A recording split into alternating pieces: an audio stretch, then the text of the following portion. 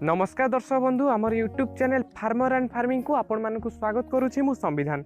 दर्शक बंधु मु आज आपण मानक एही वीडियो रे देसी कुकुड़ा पालन रे कुकुड़ा माने केबे अंडा देवा स्टार्ट करंदी से विषय रे ए टू जेड फुल इन्फॉर्मेशन देबी। ता पूर्व जदि आपण माने हम चैनल फार्मर एंड फार्मिंग को नुआ आस्थांती तबे चैनल को सब्सक्राइब करी पाखते बेल आइकन को प्रेस करंतु जहा द्वारा हमें जेबे भी आगु को एही बडी किछि नुआ नुआ वीडियो अपलोड करिवु तार नोटिफिकेशन आपण मानक पाखे सर्वप्रथम पहुंचो।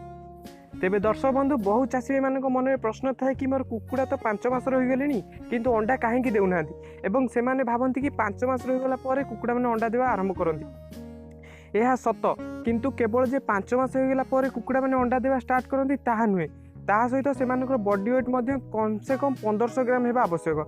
जदि आपण मानकर कुकुड़ार बॉडी वेट 1500 ग्राम रु बहुत कम अच्छी किंतु 5 मास रहीगले तथापि से अंडा देवा आरंभ करेंगे ना। से सर्वप्रथम आमको से वेट प्रॉपर्ली बढ़ुची कि ना यह देखा पड़ो। से अनुसार से फीड्रे से ठीक परिमाण में प्रोटीन मिनरल मिक्सचर कैल्शियम इत्यादि देवा अत्यंत आवश्यक। जदि आपण मैंने यही गुड़िक प्रति ध्यान देवे तेबे आपण मानकर कुकुड़ा ठीक परिमाण में और ठीक समय अंडा देवा स्टार्ट करेंगे। तेबे दर्शक बंधु आज एतिकी। नेक्स्ट वीडियो रे मु ओडिशा रे पालन करा केउं देसी कुकुड़ा सर्वाधिक अंडा दियंती से नहीं वीडियो नहीं आसबी। जदि आपण मानक आज वीडियो पसंद आए तो वीडियो लाइक करूँ और चैनल को सब्सक्राइब करूँ। धन्यवाद।